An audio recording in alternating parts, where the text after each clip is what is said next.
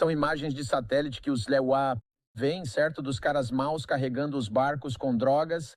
E então eles esperam até que entrem em águas internacionais. E aí o ataque acontece. Nós vamos matá-los, sabe? Eles vão acabar mortos. O presidente Trump está intensificando sua nova guerra contra os cartéis de drogas. Quero falar sobre uma grande notícia que saiu na Fox News mais cedo hoje e que ainda é um grande destaque. Agora estamos falando sobre o governo Trump mais uma vez enfrentando esses narcoterroristas. A notícia da Fox News foi que os IEWA estão enviando o grupo de ataque do porta-aviões Gerald Ford para o Caribe, enquanto o governo Trump intensifica a guerra contra o narcoterrorismo e mira os cartéis de drogas, em uma ampla repressão militar. Queremos saber um pouco mais sobre isso. Jared Halperin, da Fox, traz mais informações diretamente da Casa Branca. Nós vamos matá-los, sabe? Eles vão acabar mortos. O presidente Trump está intensificando sua nova guerra contra os cartéis de drogas. No início desta semana, a operação se expandiu para o Pacífico, com outro ataque a um suposto barco de drogas. E agora, a Fox News confirmou que bombardeiros B-1 foram enviados de uma base aérea no Texas em direção à Venezuela na quarta-feira.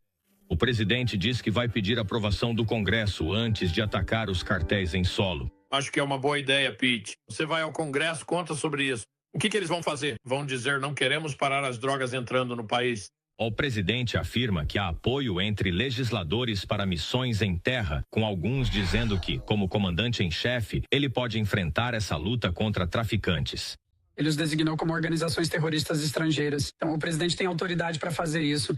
Tenho certeza de que os democratas querem voltar atrás e encontrar uma maneira de desmontar isso. A Venezuela está intensificando seus exercícios de defesa aérea e o presidente Nicolás Maduro diz que tem 5.000 mísseis russos à sua disposição. Mas ele também fez um apelo pessoal para que o presidente Trump diminua a tensão. Nenhuma guerra louca.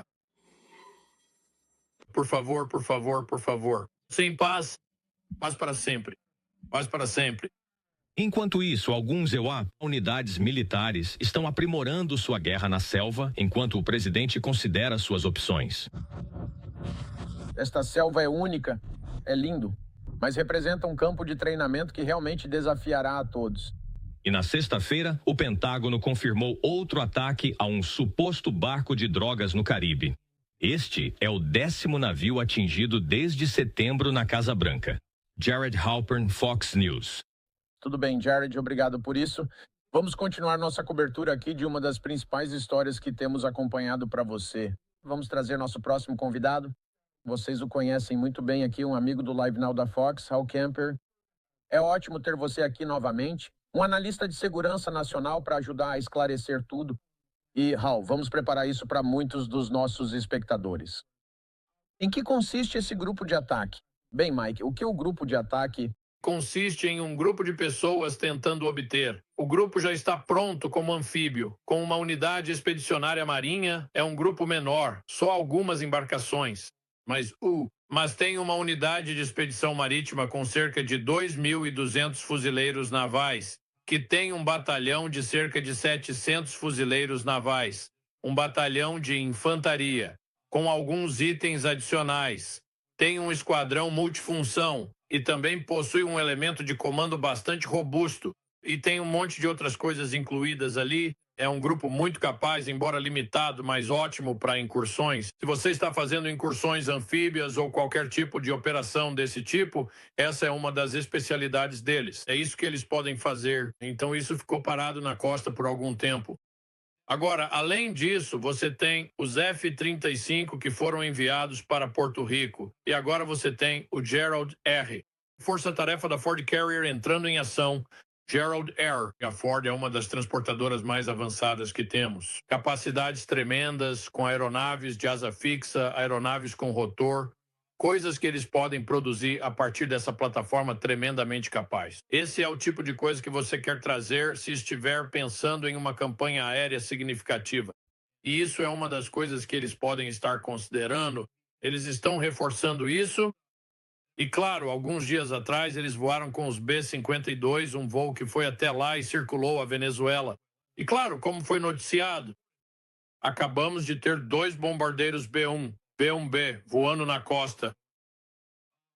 Não há nada que diga que eles não podem. Quer dizer, acho que a Venezuela pode ficar chateada com isso, mas nós voamos com essas coisas para todo lugar. Acabamos de lançar bombardeiros B-1B na costa do Alasca, perto da Rússia, só para deixar claro.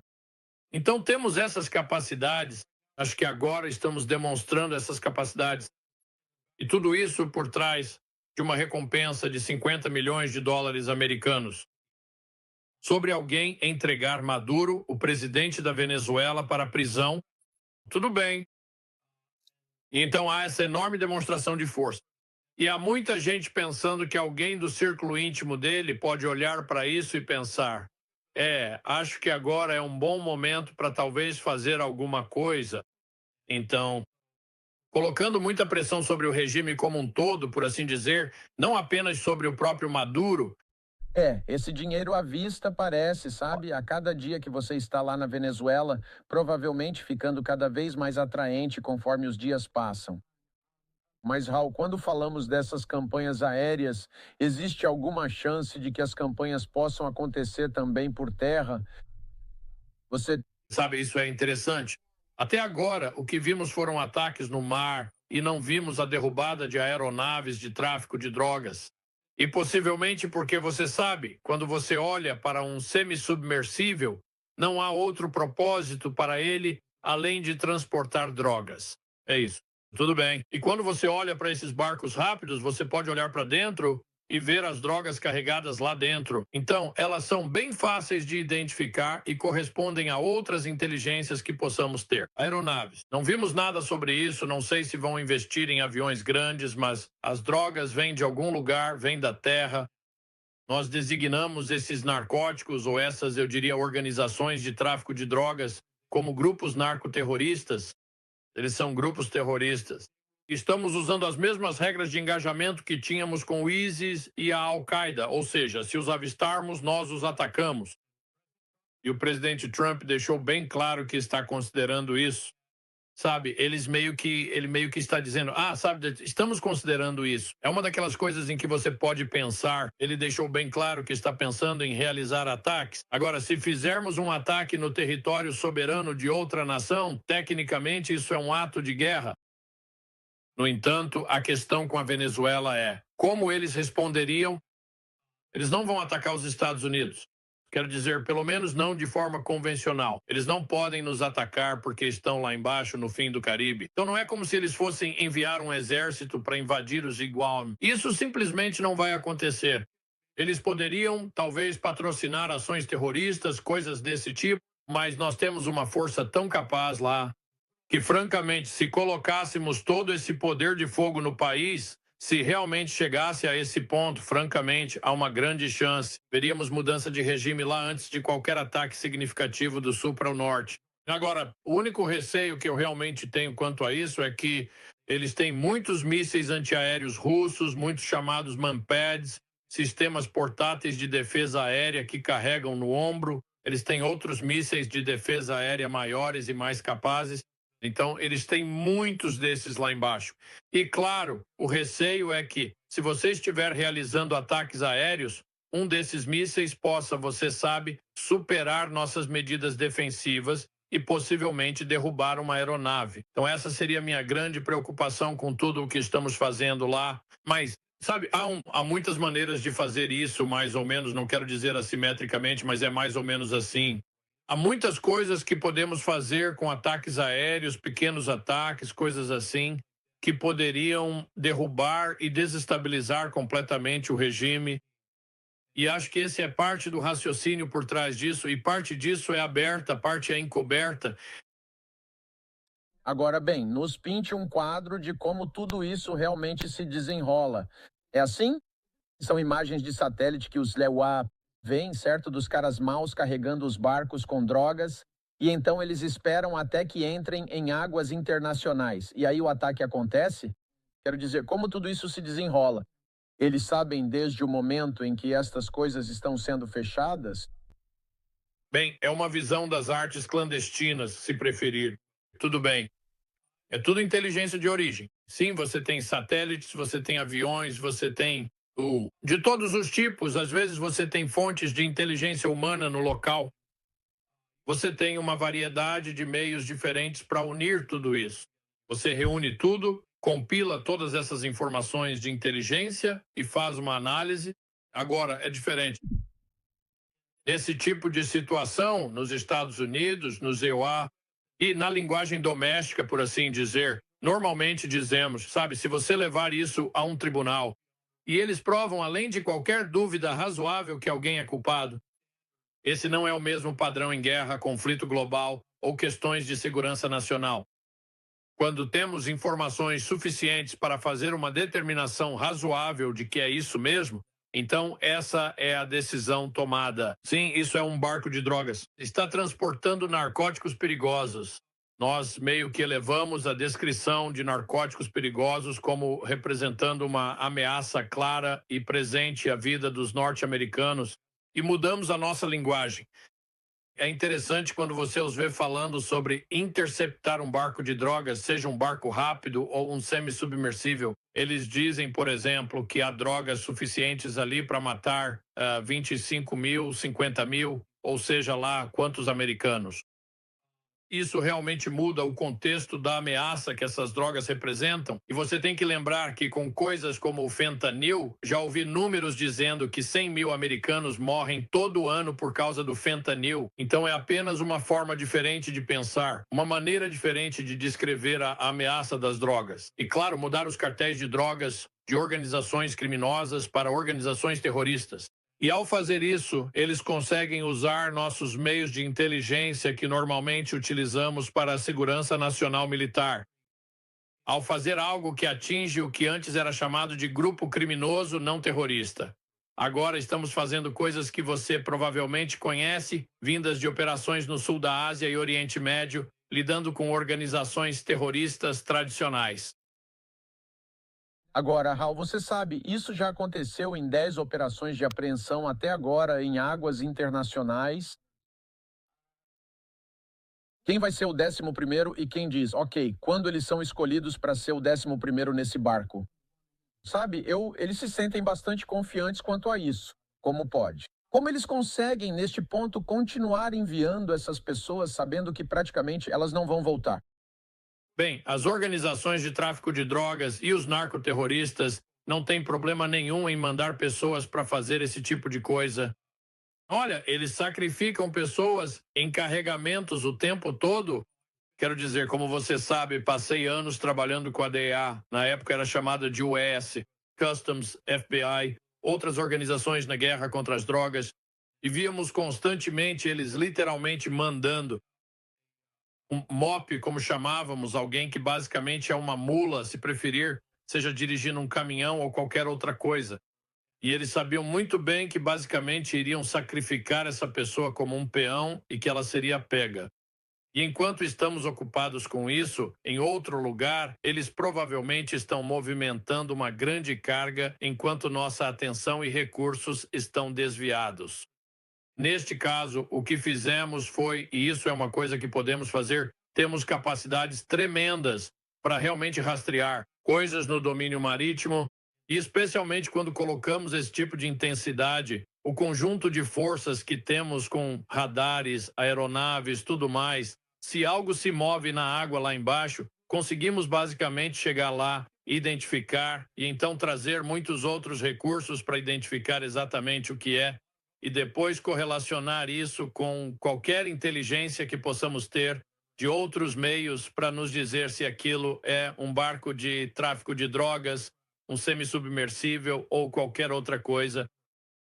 Ao fechar esse canal, que é um dos principais canais, alguns diriam o maior canal de drogas vindas da América do Sul, ao fechá-lo, e não estamos mais atuando apenas no Caribe, acabamos de começar a realizar esse mesmo tipo de operação no Pacífico. As organizações de tráfico de drogas, os narcoterroristas, vão ter que tentar encontrar outras formas de transportar as drogas para o norte. Eles podem recorrer a aeronaves.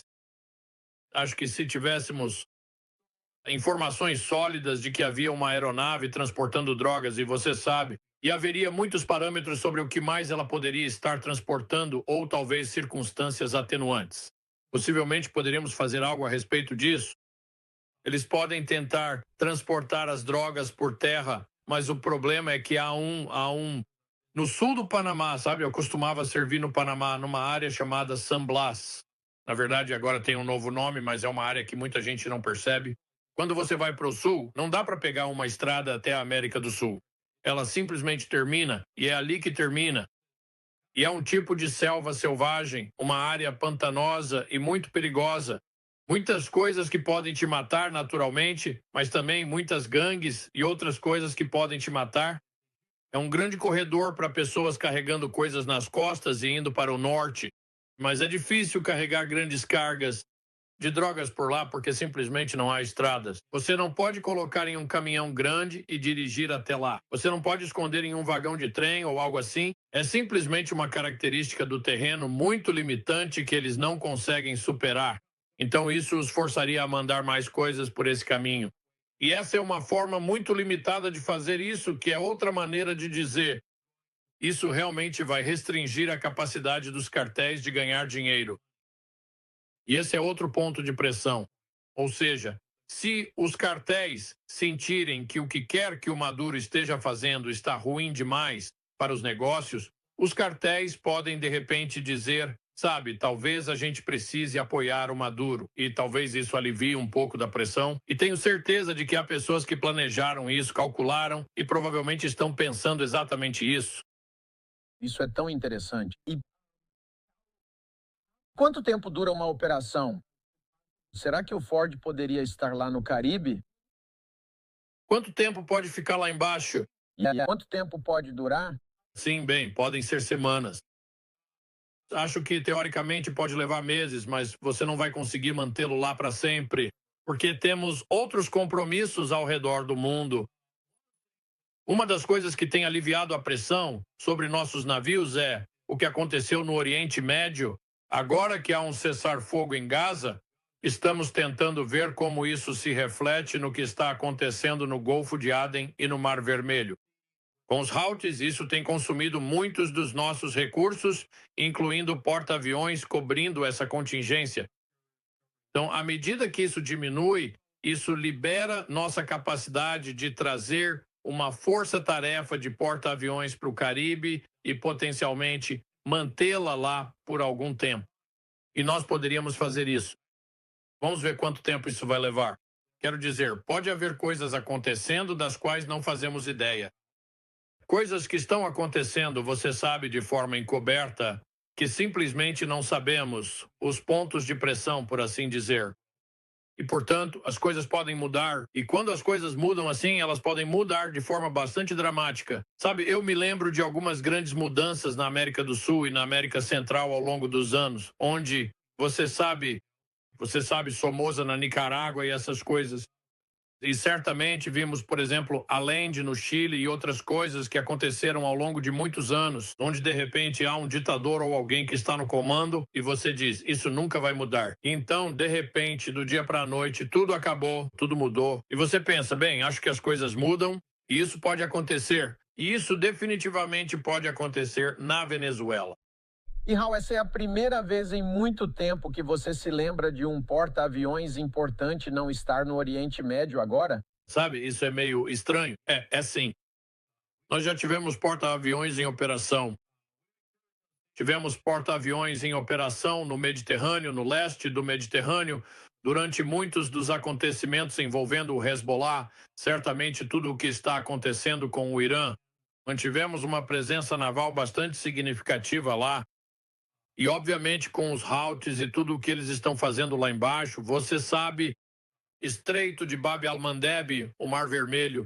Temos realizado, sabe, estamos fazendo ataques importantes em áreas controladas pelos Houthis. E não estamos fazendo isso agora. Temos uma espécie de pseudo-cessar-fogo, por assim dizer, com os Houthis. E não estamos fazendo isso, embora os israelenses ainda os ataquem com bastante regularidade. Mas por causa disso ele não come. Uma força-tarefa de porta-aviões, por assim dizer, atendendo a essa exigência lá embaixo. Então isso nos liberta para fazer outras coisas, claro. Sobreposto, tudo isso é o Pacífico e particularmente o Mar da China Meridional e tudo relacionado à China. E tem havido uma inclinação que remonta a décadas, tentando se afastar da Europa, no Oriente Médio, em direção ao Pacífico. E cada vez que pensamos que estamos nos inclinamos de novo porque outra guerra começa, normalmente no Oriente Médio, e acabamos colocando muitos recursos lá.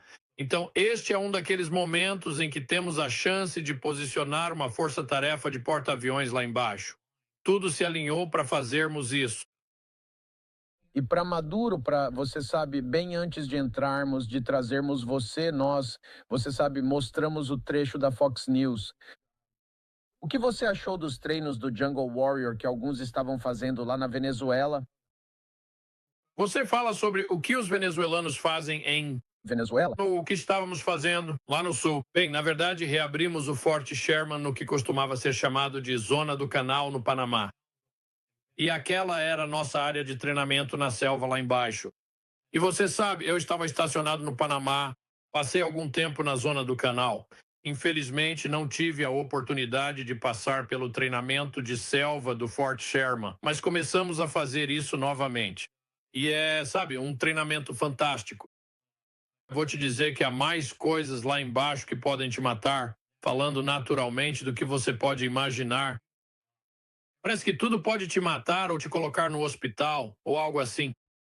Mas é um ótimo treinamento e você precisa saber disso para operar na América do Sul. Eles estão adquirindo essa experiência, tendo a chance de fazer isso e, claro, os venezuelanos têm divulgado muitas coisas, eles mobilizam essa milícia popular que eles têm, que realmente parece impressionante no papel, mas na verdade são só muitas pessoas, só isso. Eles disseram, eles se alistam e às vezes jogam um rifle para eles e dizem, vai lutar. É tipo, o que eu faço agora? Agora, de que lado sai a bala? E não é exatamente o que eu chamaria de uma força formidável, mas é só uma dessas coisas populistas que eles têm por lá.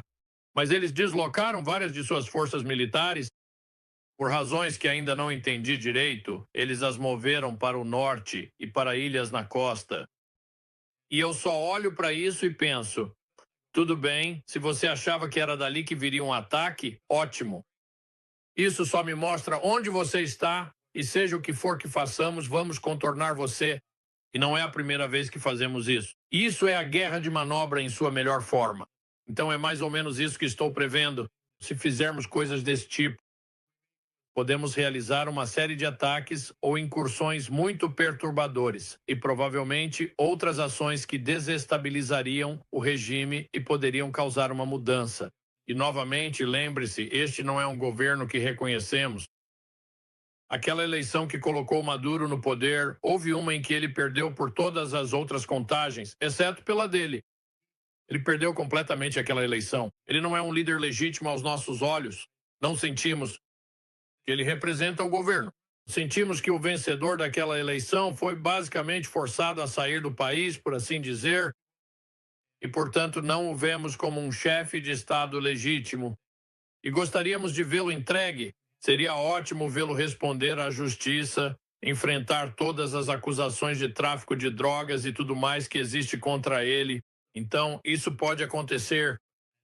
E eu vi ao longo dos anos, você ficaria surpreso, que as pessoas ao redor dele olham para aqueles 50 milhões de dólares e tudo mais que está acontecendo. É como sim, eles podem fechar um acordo e fazem coisas desse tipo. Próxima coisa. Você sabe, ele está em um avião indo para o norte e as coisas mudaram drasticamente. Você não sabe. Será que eles estão esperando por 60 milhões? Será que estão esperando para ver se aumenta um pouco mais? Quero dizer, qual é o número mágico que eles estão procurando? Quero dizer, 50 milhões de dólares já é muito bom. Eu não sei, talvez eles tenham um número em mente que acham que podem negociar. Bem, se você vai negociar valores em um acordo, provavelmente esse é o presidente certo para isso. Isso é verdade. Se tem uma coisa que Donald Trump parece entender muito bem é fazer acordos. Se ele tivesse noção, tenho certeza de que fechariam com ele por 75 milhões de dólares. Ele pode entrar e ver como vamos fazer isso. Tudo isso é dito considerando que não temos orçamento. Então esse é outro problema. Mas sim, não tenho dúvidas que há muitas coisas clandestinas acontecendo por lá. E não tenho dúvidas de que há muitas tentativas, se não sucessos, em se comunicar com as pessoas ao redor dele para tentar criar a possibilidade de que ele possa sair. E digo isso porque é exatamente isso que queremos que ele pense. Queremos que ele fique paranoico. E tomara que ele esteja. E tomara que, quando estiver paranoico, ele faça coisas que piorem ainda mais sua situação, porque é assim que isso costuma funcionar. Isso é muito, muito verdade. Tomara que ele saiba que a pressão está em cima e provavelmente já sabe disso. Hal, obrigado por estar conosco, ao vivo na Fox. Ótima sexta-feira. Agradecemos sempre.